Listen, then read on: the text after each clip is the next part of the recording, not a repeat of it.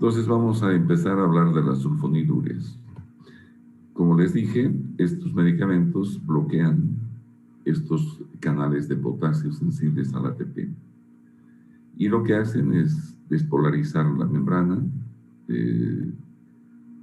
abren canales de sodio que luego son intercambiados con el calcio, y el calcio es movilizado y se produce la exocitosis de las vesículas de insulina a través de las células beta. Estos medicamentos normalmente están asociados a un aumento de peso. De ahí que no se recomienda utilizar en pacientes diabéticos obesos, porque vamos a tener problemas mayores con el peso de los pacientes. Derivan de las sulfonamidas. Esto es importante recordar porque muchas de las interacciones o problemas asociados con otros medicamentos va a haber por la familia de las sulfonamidas, especialmente temas de sensibilidad, de alergias asociados a estos productos. Entonces el efecto es hipoglicemiante, ¿no? Pertenece a ese grupo de fármacos. Y vean ustedes, su eficacia está entre 1 y 2% en la reducción de la hemoglobina glucosilada. Estos fármacos se seleccionan en pacientes que no son obesos. En muchos países europeos, en algunas escuelas americanas, todavía se recomienda el uso de las sulfonilureas en pacientes diabéticos tipo 2 que no tengan obesidad. Sin embargo, esto está quedando relegado y están siendo utilizadas más las biguanidas, tanto en pacientes obesos como no obesos. Estas sulfonilureas han sido clasificadas en primera generación y segunda generación, donde podríamos quizás mencionar que de la primera generación la clopropamida y la tolbutamida han sido los que más hemos usado, al menos en este país. Y de segunda generación la glibenclamida, que también se reconoce como gliburida, y en nuestro país la gliclizida y la glimepirida, que están presentes también en la farmacopea. De la primera generación, la tolbutamida era la que tenía la acción más corta y la clopropamida la de máxima duración. Con esta había el problema de la hipoglicemia porque su efecto era demasiado prolongado. Los fármacos de segunda generación son más potentes que los de la primera. Eso significa que necesitamos menos dosis para producir el mismo efecto, no es que la eficacia sea mayor.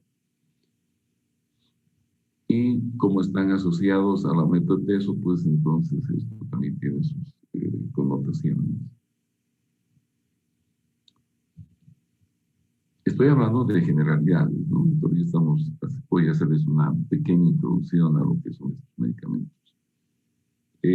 Pueden causar hipoglicemia, especialmente con los que tienen mayor duración, como la gliburida y la clopropamida, de primera y segunda generación. La clopropamida tenía además otros efectos adicionales, que por eso han sido también ya relegados en el uso, ¿no? Como la hiponatremia dilucional, producía ictericia colestásica, y una reacción similar al disulfiram o antabus, ¿no? Que es un disoácido alcohólico. La gliclazida produce un efecto antiplaquetario y la glimepiride, que es la que tenemos en nuestro medio, tiene algún beneficio en el preacondicionamiento isquémico, que en los pacientes con diabetes pues hay zonas de lesiones micro y macrovasculares. La mayor potencia insulinotrópica la tiene la gliburida, la glibenclamida, ¿no? Y la de menos potencia es la tolbutamida, que es de la primera generación. Esta glibenclamida tiene una vida media de 1 a 2 horas. Y sus efectos pueden ir a más de 24 horas porque producen metabolitos activos que quedan circulando. Se une al receptor de las sulfonilureas y además es secuestrado dentro de las células pancreáticas.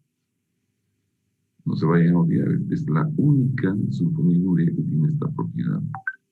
Su efecto de 24 horas es de más de 24 horas a veces es porque está secuestrada, es decir, se concentra dentro de la célula beta. La glimepirida disminuye la glucosa, ¿no es cierto? A dosis más baja que entre todas las sulfonilureas. La glimepirida se puede utilizar pues 1 miligramo por día, a diferencia de las otras, ¿verdad? Cuando me refiero a la potencia de la dosis, es la más baja. Entonces, las sulfonilureas, generalmente las de segunda generación que han sido aprobados por la FDA, las ventajas que tienen es que estos fármacos los conocemos hace más de 60 años. O sea, hay una gran experiencia en la literatura médica sobre estos medicamentos. Tienen una buena eficacia, especialmente al inicio. Vamos a ver luego que entre sus problemas está un poco la tolerancia al efecto.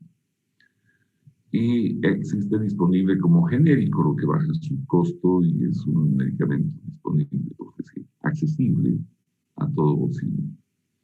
Sus limitaciones son, como les digo, sus complicaciones, la hipoglicemia, el aumento del peso y la mala durabilidad del efecto, ¿no?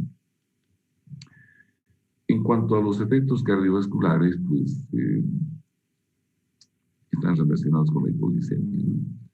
Hay una preocupación por el aumento de estos eventos cardiovasculares relacionados a las enfermedades. Los de primera generación y los de segunda generación, estos que están en rojo, son los que hay en el mercado nacional. Esta glimepirida está siendo descrita en algunos textos como una sulfonilurea de tercera generación. Yo lo pongo interrogado porque no todos los farmacólogos o textos o escuelas de medicina encuentran diferencias tan importantes con la segunda generación como para considerar una tercera generación.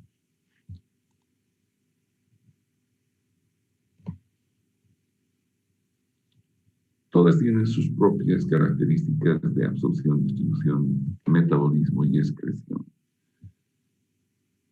Normalmente deben ser administradas antes de las comidas para favorecer su absorción, entre 15 y 30 minutos antes. Se unen en gran escala hasta un 90% de las proteínas plasmáticas y son metabolizadas a nivel hepático y renal. ¿No? Esto de unirse a las proteínas pues va a llevar a interacciones medicamentosas. La clopropamida, que tiene una vida media más prolongada, hasta 36 horas, requería pues un manejo muy cuidadoso porque estos pacientes iban a la hipoglicemia con mucha facilidad cuando tomaban esto. Y los que tienen una vida media más corta es la torbutamina. Una vida media intermedia, la glibenclamida y la gliclazida, que son medicamentos que hay en el promedio. Y como les dije, la glibenclamida se concentra en las células beta, secuestrada en las células beta.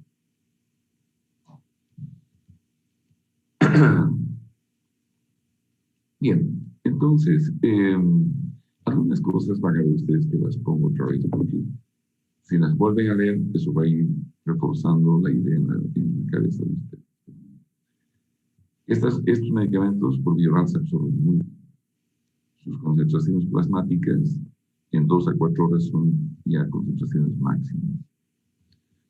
La única que podría ser afectada en su absorción por la presencia de alimentos es la glicicida. Se unen hasta un 98% a las proteínas. ¿No? Esto es importante. Las de primera generación se unen menos que las de segunda generación. Se metabolizan todas ellas en el hígado y en el riñón, ¿verdad? Se excretan por la orina, ya sean los metabolitos activos. Y hay que tener cuidado con esto porque en los pacientes viejos la función renal generalmente disminuye y las probabilidades de hipoglicemia son mayores.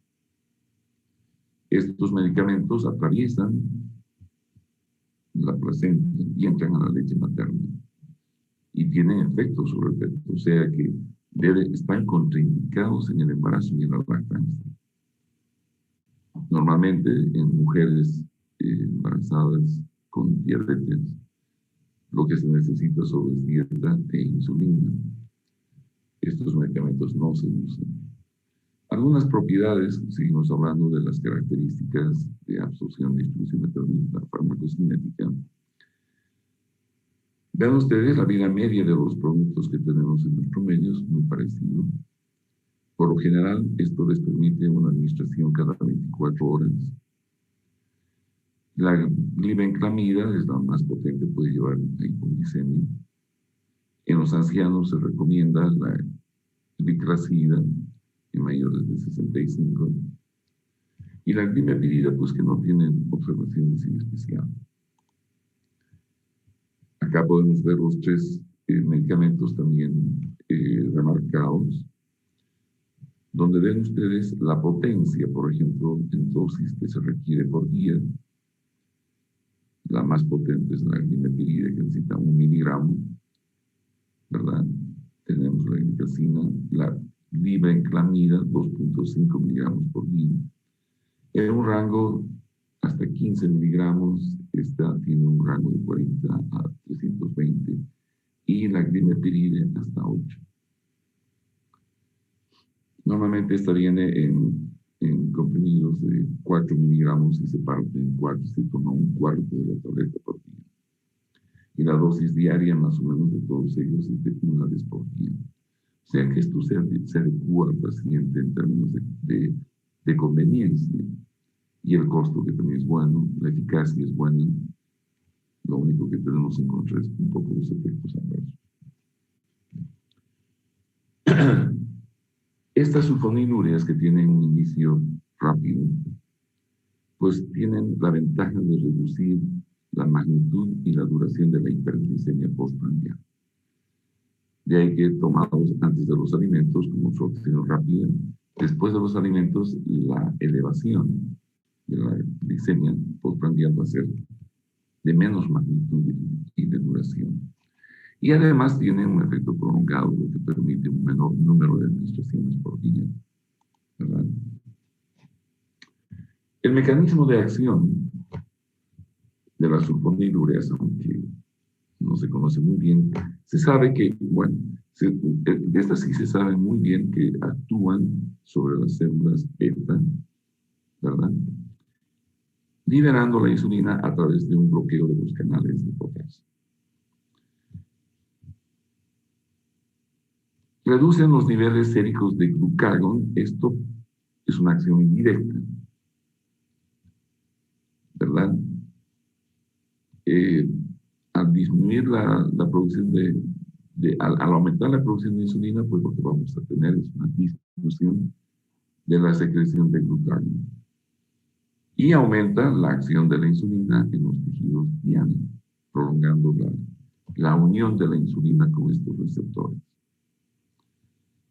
Esta es la parte un poquito no bien dilucidada del efecto, ¿no? No son efectivas en pacientes cuyo páncreas no pueda producir insulina, lo que les decía, mínimamente requerimos un 30% de la actividad pancreática. Entonces, cuando hablamos del mecanismo de acción de estos medicamentos, decimos que son secretagogos orales, hipoglicemiantes, que se unen a un receptor que es llamado SUR1 de las sulfonilureas, bloquean los canales de potasio sensibles al ATP, y esto abre canales operados por voltaje del calcio. Hay un influjo de calcio y exocitosis de la insulina. Y a largo plazo, pues el efecto es reducir el glucagón sérico, que también va a tener efectos hipoglicemiantes. Este es el gráfico que ya lo han visto de otras formas, ¿verdad? Aquí tenemos el ingreso de la glucosa a la célula beta. Tenemos el receptor de bueno, este es el mecanismo por el cual actúa las sulfonilureas cerrando los canales de potasio. Entonces hay una despolarización entre el calcio y se produce la secreción o la exocitosis de la insulina. De la misma manera. Entonces vamos a tener que el efecto de este bloqueo del canal de potasio aumenta la liberación de insulina, disminuye la liberación del glucagón y sensibiliza a los receptores de la insulina en tejidos periféricos. De ahí el efecto beneficioso de estos fármacos.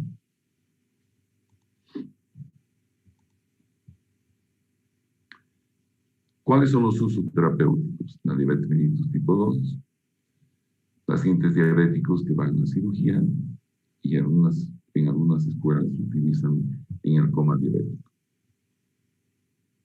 Sus efectos adversos, la hipoglicemia, que es lo más importante. Puede haber trastornos gastrointestinales y pueden haber incluso reacciones alérgicas, discrasias sanguíneas como la granulocitosis, la hiponatremia que habíamos hablado con la clorpropamida en ancianos y obviamente las contraindicaciones en embarazadas, pacientes que están bajo situaciones de estrés médico-quirúrgico y la mayor susceptibilidad de hipoglicemias que tienen los ancianos y los pacientes con hepatopatías o nefropatías y desnutrición. En estos hay que tener precaución. La hipoglicemia que estos medicamentos pueden conducir a un deterioro mayor del funcionamiento renal y hepático. Puede haber el aumento de peso que hemos hablado, que en cierta forma es debido a una retención de líquidos y edema. La fotosensibilidad de erupciones cutáneas, discrasias sanguíneas. Aquí esto es una corrección equivocada. Es una ictericia colestásica. Puede haber flatulencia. Puede haber un efecto tipo disulfiram con reacciones producidas por una inhibición del alcohol deshidrogenasa, lo que va a producir un aumento del aldehído deshidrogenasa que lleva todo este cuadro que es disuasivo del alcoholismo, dolor de cabeza, náuseas, vómitos, sudoración, a veces hasta dolores intensos abdominales que hacen que el individuo deje de tomar alcohol. Pero entonces, algunas sulfonilureas pueden producir este efecto. El paciente no debe tomar alcohol. Entonces, esto les pongo nuevamente porque en algunos vademecums ustedes van a encontrar la incidencia de los efectos adversos. Los tres que he puesto acá pues son los que son más frecuentes con las sulfonilureas. La hipoglicemia, el aumento de peso y la hiperinsulinemia. Otras son las que están mencionadas ahí abajo. Uno de los problemas que tenemos con las sulfonilureas es que puede haber un fracaso en el uso terapéutico. Muchos de estos pacientes, hasta un 30%, no responden a las sulfonilureas. O sea, no disminuye la glicemia. Eso llamamos fracaso primario. Desde un inicio no hay respuesta. Y el fracaso secundario, que es menor, hasta un 10%, los pacientes que han respondido bien dejan en el tiempo de responder bien. Se necesita incrementar la dosis del fármaco cada vez porque la respuesta es cada vez menor.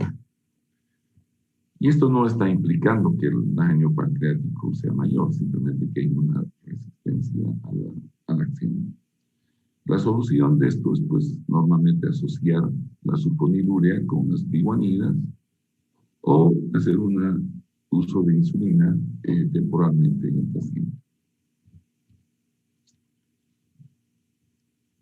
Entonces, contraindicadas las sulfonilureas en diabetes tipo 1, embarazo, lactancia, hepatopatía y nefropatía. Cuando hablamos de que se unen a las proteínas, de que por ser de la familia de las sulfas, vamos a tener más problemas con estos medicamentos, pues es verdad. una hipersensibilidad cruzada con otras sulfas. Si alguna persona tiene intolerancia o reacciones con las sulfonamidas, la furosemida, el celecoxib, que son derivados sulfónicos, pues también lo van a tener con las sulfonilureas. La clorpropamida con el tema esto del antabús.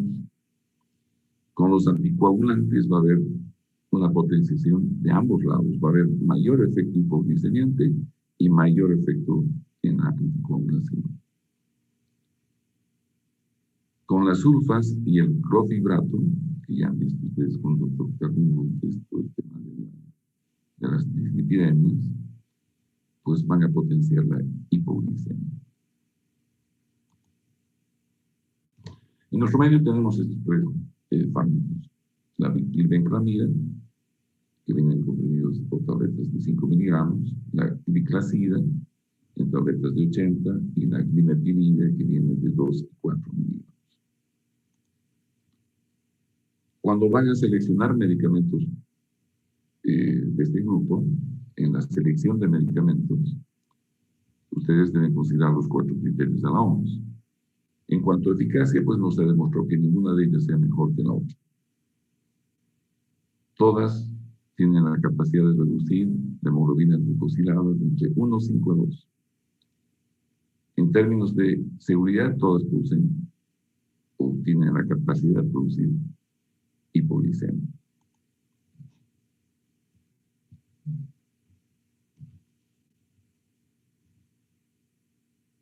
Acá es más o menos el mismo criterio en cuanto a eficacia. Hay ensayos clínicos que han demostrado que, por ejemplo, la glibenclamida, la gluticida y la glimepirida que tenemos en el medio son equivalentes. O sea, no hay diferencia en la respuesta o la tolerancia que puedas tener en el uso de estos medicamentos. Incluso hay estudios que dicen que las sulfonilureas de primera generación y las de segunda generación no tienen tampoco diferencias grandes cuando se las comparan.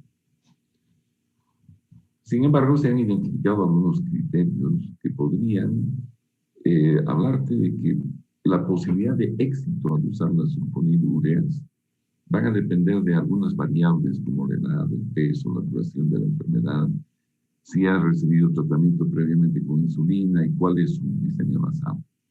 Y se ha visto que las mejores respuestas clínicas se las tienen cuando el paciente tiene un diagnóstico reciente, una diabetes de no más de 5 años, que el individuo tenga más de 40 años, que su peso corporal esté entre 110 y 160%, es decir, de un 10 a 60% más del peso normal, que su glicemia basal sea menos de 200 y que no haya requerido insulina, o que si requiere insulina no haya sido más de 40 unidades por día.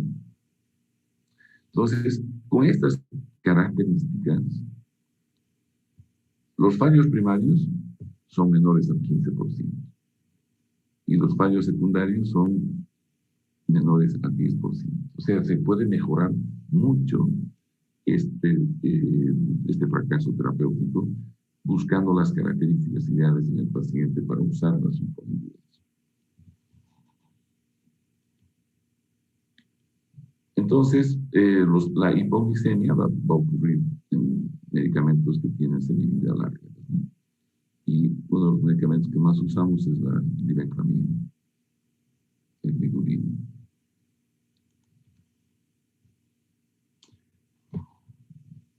Sí, ven esta historia clínica, es una mujer de 59 años que tiene una diabetes mellitus tipo 2, ha estado con dificultades para controlar su glicemia, recibiendo metformina. Su hemoglobina glucosilada está en 7,7, sigue alta. Entonces nosotros decidimos usar otro medicamento asociado que estimule la liberación de la insulina desde las células beta del páncreas. ¿Qué es lo que vamos a usar? Una sulfonilurea, ¿verdad? Otro grupo de los medicamentos que son secretagogos son las meglitinidas. Las meglitinidas son fármacos que no tenemos en nuestro medio, también conocidos como análogos de la fenilalanina. Estos medicamentos actúan de la misma forma, bloquean los canales de potasio sensibles o sensitivos al ATP y producen lo mismo, la despolarización y el ingreso de calcio, la liberación o mayor secreción de la insulina.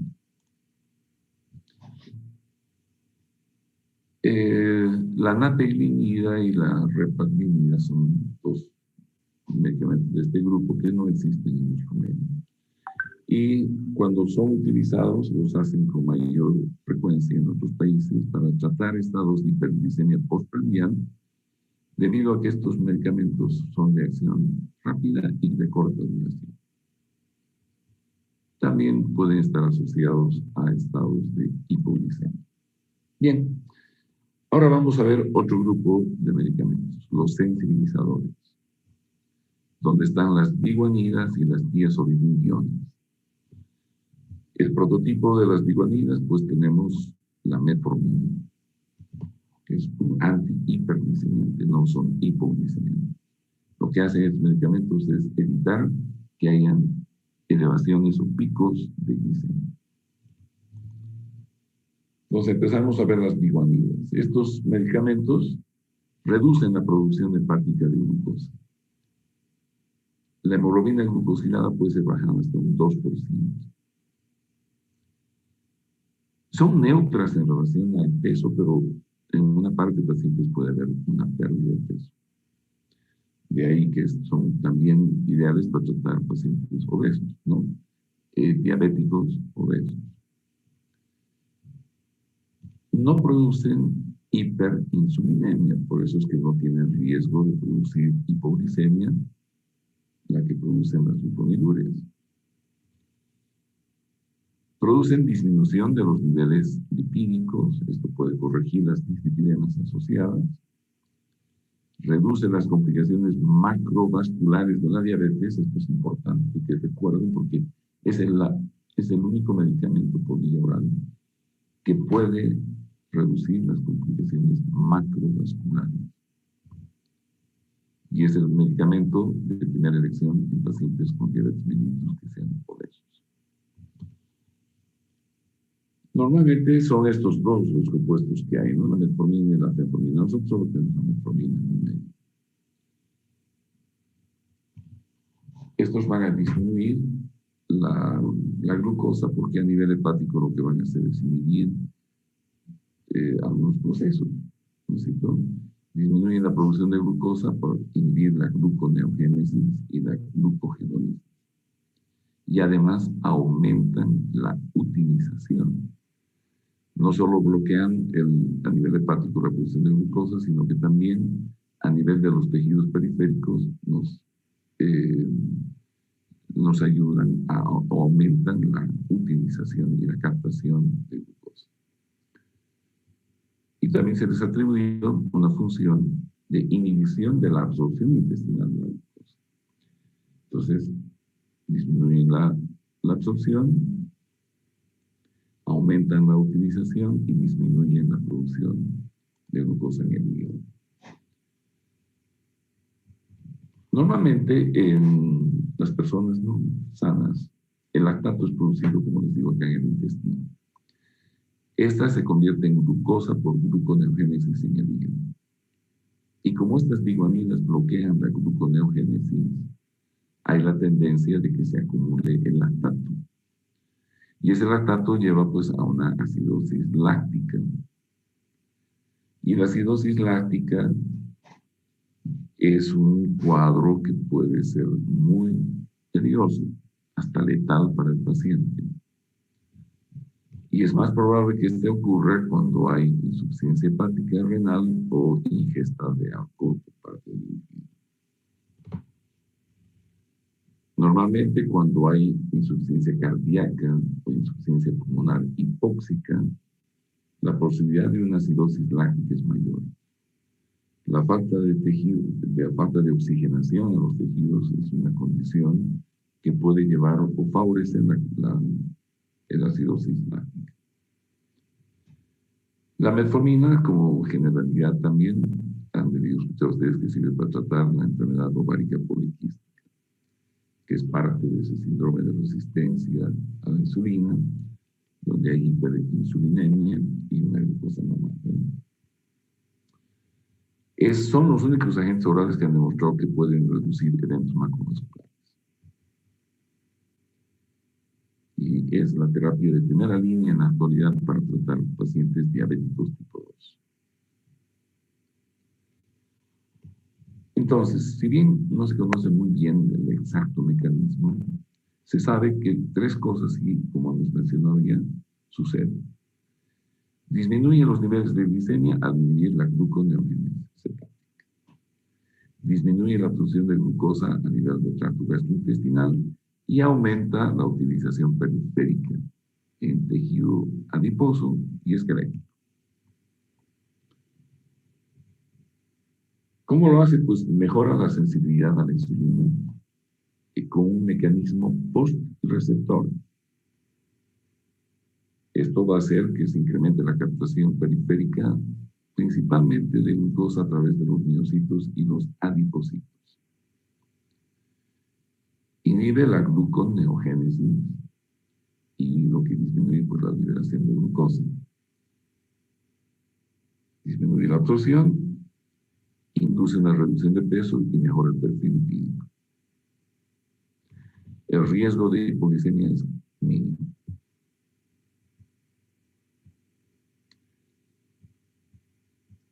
Otros efectos metabólicos, pues, activan al receptor insulínico y aumentan el transportador GLUT4. O sea que vamos a tener mayor transportadores GLUT4 con la presencia de las tiguaninas. Aumenta la captación de glucosa muscular, lo que es dudoso y existe un poco de controversia en algunos autores que aseguran que hay una inhibición de la lipólisis, pero lo dejo a criterio de ustedes. Esto es, nunca preguntaría algo como decir, ¿inhiben la lipólisis? No, porque esto no sabemos. Se reporta en algunos trabajos. Aumentan las globulinas transportadoras de hormonas sexuales. Esto es importante recordar, especialmente en las personas que sufren de ovarios poliquísticos, ¿no? Al disminuir estas globulinas transportadoras, disminuyen los andrógenos libres. Y entonces, con esto va a disminuir el hirsutismo que normalmente acompaña a este cuadro, la resistencia a la insulina, y va a haber una regulación de los ciclos menstruales hasta en un 70% de los casos. De ahí que se utiliza pues, para tratar a los pacientes estos con ovarios poliquísticos. Entonces, la metformina no actúa sobre el páncreas, primera cosa que deben recordar.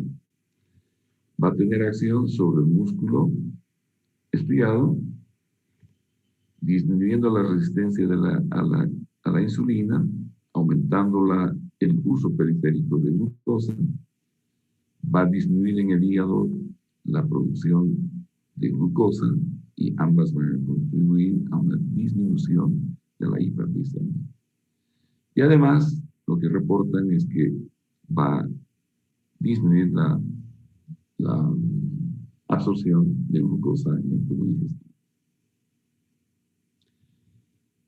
La fenformina fue retirada por mayor incidencia de acidosis láctica en casi todas partes del mundo. La buformina no sé en qué país la usan, sé que hay en algunas partes, pero la metformina es mundialmente conocida y en nuestro medio tenemos la metformina. Si hablamos de aspectos farmacocinéticos, este medicamento se absorbe muy bien, se distribuye en todo el cuerpo, se metaboliza en el hígado y en forma inalterada se excreta por el riñón. Tiene una vida media de más o menos 3 horas y se excreta sin cambios en la orina. Sus efectos adversos, como hay un aumento en la utilización por parte de los eritrocitos y enterocitos, entonces se acumula el ácido láctico. Y si el paciente tiene problemas de nefropatía, de baja perfusión o insuficiencia respiratoria cardíaca, vamos a condicionar una acidosis láctica. Puede haber anorexia, náuseas, disgeusias, que esto va a mejorar si usamos un esquema de dosificación gradual, incrementando la dosis gradualmente, y de dar la metformina junto con los alimentos. Estas molestias gastrointestinales son por presencia física de la metformina. No es un efecto que después de su absorción vaya a producir en el intestino.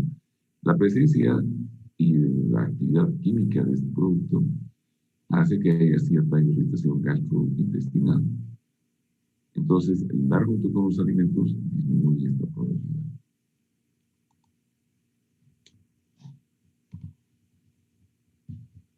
A largo plazo, normalmente las biguanidas pueden afectar la absorción de la vitamina B12, ¿no? Y junto con la acidosis láctica son dos de las complicaciones más serias de las biguanidas. Y esta acidosis láctica, les he dicho que es rara, es un efecto tóxico, pero es potencialmente mortal. Y se debe pues a esta reducción de la oxigenación que se presenta en estas condiciones o en la reducción de la eliminación del fármaco, como es la enfermedad renal. Y también deben evitarse o están totalmente contraindicadas en el embarazo. Entonces, no se olviden que la acidosis láctica y la anemia megaloblástica son los efectos adversos principales de estos medicamentos. Y que las biguanidas producen un incremento de la producción de lactato a nivel del intestino. Entonces, precauciones y contraindicaciones nunca hay que dar en pacientes que tienen riesgo de acidosis láctica. No debe darse en embarazo, lactancia, ni en diabéticos con predisposición a la cetosis. Los cuerpos cetónicos normalmente son cuerpos acidóticos para llevar a la acidosis. Cuando se van a hacer estudios, como estos pacientes normalmente tienen problemas vasculares, se les hacen estudios con medios de contraste iodados. Hay que suspender la metformina por lo menos 2 días antes del estudio, ¿no? Y en pacientes ancianos, cuando reciben biguanidas, hay que verificar el ácido láctico en plasma periódicamente. Entonces, contraindicados en la insuficiencia renal cuando la creatinina es mayor a 1.4, insuficiencia cardíaca, alcoholismo, hepatopatía crónica. Es altamente eficaz la metformina, no produce hipoglicemia. Es neutral en relación al peso y hay alguna predisposición en algún paciente a perder más bien peso. Es muy beneficioso para prevenir accidentes cardiovasculares y es neutral en pacientes con insuficiencia cardíaca. No mejora ni empeora la insuficiencia cardíaca.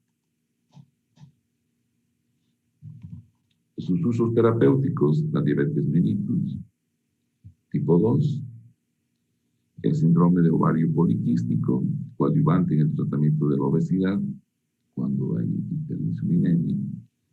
Y con un signo de interrogación les pongo el hígado graso. Hay algunos reportes que leí últimamente que están usando con bastante éxito en reducir el hígado graso incipiente en muchos pacientes. Ya van a leer ustedes seguramente novedades en relación a esto. La presentación pues viene en comprimidos de 500, 750, 851 gramos. El glucofagia es uno de los primeros producidos por la Merck. No estoy haciendo propaganda para la Merck, pero es un producto que tiene muchos años en el comercio regional. Algunos otros indican que las biguanidas también se las puede utilizar en cirugía, es decir, pacientes diabéticos que van a ir a cirugía se puede usar las biguanidas también en el coma diabético. Al momento de seleccionar los medicamentos, hay que tomar en cuenta un montón de aspectos que hemos visto, ¿no? Como eficacia, seguridad, conveniencia, costo, etc. Estas, las metforminas, como terapia, como monoterapia, han sido pues catapultadas desde que se hizo el estudio el que les he hablado el día de ayer en el Reino Unido, en el que han mostrado que obtener la glicemia en valores cercanos a los normales reducía todas las complicaciones y aumentaba la vida de los pacientes. La metformina estuvo implicada en ese estudio y desde entonces pues está con nosotros en el tratamiento de esta enfermedad. Tiene como ventajas que es neutral al peso, altamente eficaz, de bajo costo. Sus limitaciones en el uso, normalmente los problemas gastrointestinales que son muy comunes, la acidosis láctica que es poco frecuente y más aún rara es la anemia megaloblástica por falta de complejos vitamínicos B. Y reduce los eventos cardiovasculares macroangiopáticos, que son también importantes, demostrados por este estudio de la UKPDS, ¿no? Una vez que tienen el diagnóstico de diabetes, lo que se debe hacer es una prueba de tolerancia gastrointestinal de la metformina. Esta es la mejor forma y cada 1 o 2 semanas hay que ir agregando la dosis. Normalmente hay que empezar con 500 miligramos en la noche, junto con los alimentos. Luego se puede ir a 500 miligramos BID o 500 miligramos en la mañana y 1 gramo en la noche, o 1 gramo en la mañana y 1 gramo en la noche, dependiendo hasta qué dosis vamos a utilizar en determinados pacientes. Y dependiendo de cómo está la filtración glomerular, pues está totalmente contraindicado cuando es menos de 30 ml por litro. Entre 35 y 45 no se recomienda utilizar todavía, solo si la filtración glomerular cae por debajo de 45 en el tratamiento, pues ahí es donde hay que evaluar si vale la pena continuar con las medidas. No se olviden que la nefropatía es uno de los problemas serios, es decir, con los diabéticos. Y al usar la metformina, si hay una reducción de menos de 45 de filtración, hay que suspenderla. Ya es un problema serio. Bien, aquí tenemos un paciente de 48 años, entonces que chequea por índice Mire. Se le ha hecho un diagnóstico de diabetes mellitus tipo 2. Y se le indica que tiene una diabetes por una glicemia en ayuno y se decide comenzar un medicamento que va a bajar su azúcar en la sangre, inhibiendo la producción de glucosa por el hígado. Al mostrarles esta historia y esta deducción al final, lo único que quiero es no decir que ese es el único mecanismo de acción, sino que quizás es el más importante. Si hablamos con el paciente, quizás habría que decir que vamos a disminuir la producción de azúcar o de glucosa por su hígado. Y lo que vamos a utilizar es la metformina. Bien, entonces, eso es todo. Mañana los veo a las 7:15 para terminar con este tema.